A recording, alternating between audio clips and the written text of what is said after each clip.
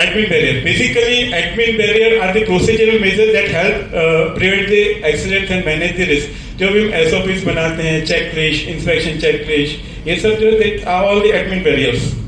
Response time, ये response time बहुत important है जब भी हम सेफ गार्ड बोलते हैं, लेयर ऑफ प्रोटेक्शन या प्रोटेक्शन लेयर डिसाइड करते हैं. बेसिकली क्या होता है कि हमारी एक इवेंट हो रही है, फॉर एग्जांपल सपोज हम दे रहे हैं कि हमारा रन अवे रिएक्शन नेचर है रिएक्शन का, राइट. हमारा एक रिएक्शन हो रहा है, उसका नेचर है कि रन अवे हो सकता है. हम बोल रहे हैं कि सपोज हम एक 0 आवर्स लेते हैं, उसका टेम्परेचर बढ़ना चालू होता है और सपोज कि 30 मिनट्स में टेम्परेचर बढ़ जाता है और वो रन अवे रिएक्शन के स्टेज में आ जाता है, रन अवे होता है. सो बेसिकली ये कि 0 इज स्टार्टिंग और 30 के बीच में वो है टेम्परेचर बढ़ने के कारण. टेम्परेचर बढ़ने की बात करें तो नॉर्मली हमारा ऑपरेटिंग टेम्परेचर से ज़्यादा, सपोज हम बोल रहे हैं 55 से 65 में मेंटेन करना है, तो बढ़ने के बाद 65 से बढ़ना चालू होता है और 85 पे से 30 मिनट में रन अवे होता है.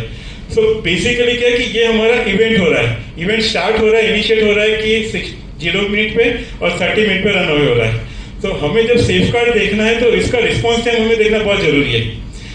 अगर हम ऐसे सिस्टम क्या होता है कि जो रिस्पॉन्स नहीं करती कभी भी जब भी इवेंट होती है, लेकिन जैसे है वैसे ही पड़ी रहती है. जैसे हम टाइक वाल बोलते हैं, टाइक वाल कभी रिस्पॉन्ड नहीं करते लेकिन कंटेन करते जो भी लीकेज हुआ. तो these are the passive. Fire proofing system भी आती है पैसिव में से, बहुत सारे एग्जाम्पल है पैसिव सिस्टम के. Mechanical safe guard, so it's a physical device or a system designed to prevent accidents by protecting operators and controlling machinery function. So mechanically act करती है जो, say for a simple example PSV, relief valve जो भी है. So these are all mechanical devices.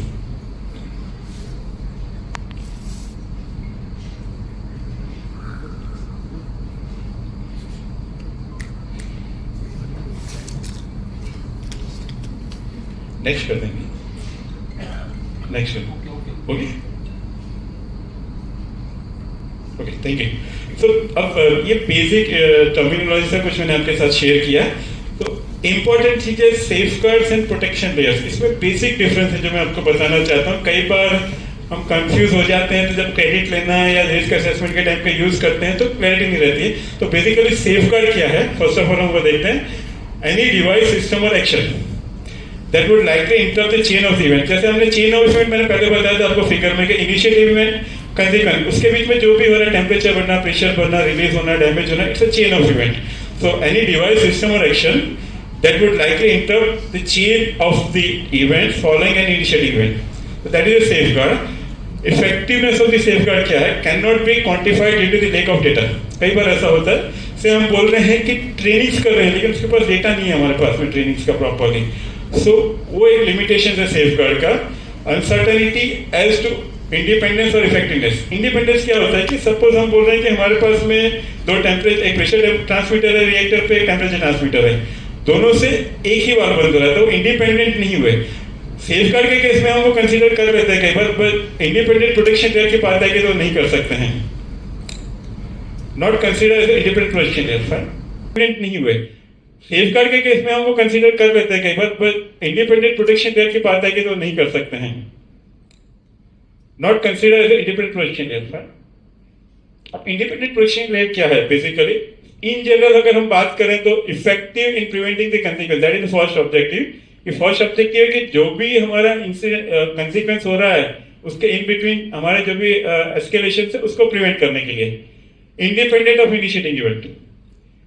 Independent of initiating event जैसे हमने first example लिया था कि सपोज टेम्परेचर का वाल्व अपने आप फुल ओपन हो जाता है, तो that is the initiating event. तो उससे इंडिपेंडेंट होना चाहिए. मतलब कि अगर हम टेम्परेचर कंट्रोलर ले रहे हैं इनिशिएटिंग इवेंट में कि जो फेल हो रहा है, तो वो हम सेफगार्ड में नहीं ले सकते हैं. ये बेसिक उसका कंसेप्ट है. इंडिपेंडेंट होना चाहिए इनिशिएटिंग इवेंट से. ऑडिएबल, ये बहुत ही इंपॉर्टेंट चीज है. सेफगार्ड से लेयर प्रोटेक्शन की जब बात करते हैं, सेफगार्ड में हम सब चीजें ले सकते हैं, लेकिन जब लेयर प्रोटेक्शन की बात आती है, इंडिपेंडेंट प्रोटेक्शन लेयर की बात आती है, तो जो भी हम कंसीडर कर रहे हैं लेयर वो ऑडिटेबल होना चाहिए. मतलब उसका डॉक्यूमेंट प्रूफ होना चाहिए और डेमोन्स्ट्रेट करना चाहिए. सपोज हम बात कर रहे हैं कि हम बोल रहे हैं कि एसओपी अवेलेबल है अगर सेफगार्ड में ले रहे हैं. अब प्रोटेक्शन लेयर की बात करते हैं तो हम चेक करेंगे एसओपी अवेलेबल है तो क्या उसका ट्रेनिंग हो रहा है, उसका रिकॉर्ड्स मेंटेन कर रहे हैं, तो ये ऑडिटेबल की बात आती है. तो ये एक बेसिक डिफरेंस है सेफगार्ड में. सेफगार्ड हम एसओपी ले सकते हैं, लेकिन जैसे प्रोटेक्शन लेयर की बात करेंगे तो हमें देखना है कि उसका ट्रेनिंग हो रहा है प्रॉपरली, ट्रेनिंग इफेक्टिव है कि नहीं, प्री पोस्ट ट्रेनिंग इवोल्यूशन हो रहा है कि नहीं, रिकॉर्ड रख रहे हैं कि नहीं। उसके बाद में जो भी प्रोसीजर्स की बात करें, उसका चेकलिस्ट है, रिकॉर्ड्स है, कुछ भी डॉक्यूमेंट है कि नहीं। तो ये बहुत बेसिक डिफरेंस है। जैसे ही प्रोटेक्शन लेयर पे आते हैं तो हमारा जो रिलायबिलिटी जो भी स्टडी किया उसका एकदम जो इफेक्टिवनेस है एकदम से चेंज हो जाता है। सेफ कार्ड में कई बार हो सकता है कि वो जब रिक्वायर्ड हमको रिजल्ट नहीं दे, लेकिन प्रोटेक्शन लेयर की बात करें तो डेफिनेटली कि उसका 100% रिजल्ट हमें मिलेगा। तो बेसिकली इन जनरल हम कह सकते हैं कि all IPLs are safeguard, but not all the safeguards are IPL, right. जितने भी आईपीएल है उसको हम सेफ गार्ड कंसीडर कर सकते हैं, बट सेफ गार्ड्स को आईपीएल नहीं कर सकते। बेसिक डिफरेंस अगर आप चाहेंगे सेफ गार्ड आईपीएल में याद रखना तो ऑडिटेबल होना चाहिए, इतना आपको ध्यान रखना है। बाकी दो चीजें कॉमन है सेफ गार्ड्स और आईपीएल में, बट ऑडिटेबल होना चाहिए, उसका रिकॉर्ड होना चाहिए। जितने भी मैं आपको चीजें शेयर करूंगा, इसका बेसिक जो लेयर ऑफ प्रोटेक्शन का जो रेफरेंस बुक है वो AICHE का है, बेसिकली CCPS का हम बोलते हैं, centre for chemical process safety of the American institute of chemical engineers, जो सबसे बेस्ट है अगर आपको कोई भी प्रोटेक्शन लेयर्स के लिए रेफर करना है तो। जितने भी मैं आपको चीजें शेयर करूंगा, इसका बेसिक जो लेयर ऑफ प्रोटेक्शन का जो रेफरेंस बुक है वो AICHE का है, बेसिकली CCPS का हम बोलते हैं, centre for chemical process safety of the American institute of chemical engineers, जो सबसे बेस्ट है अगर आपको कोई भी प्रोटेक्शन लेयर्स के लिए रेफर करना है तो। हाँ, तो लेयर ऑफ डिफेंस क्यों चाहिए?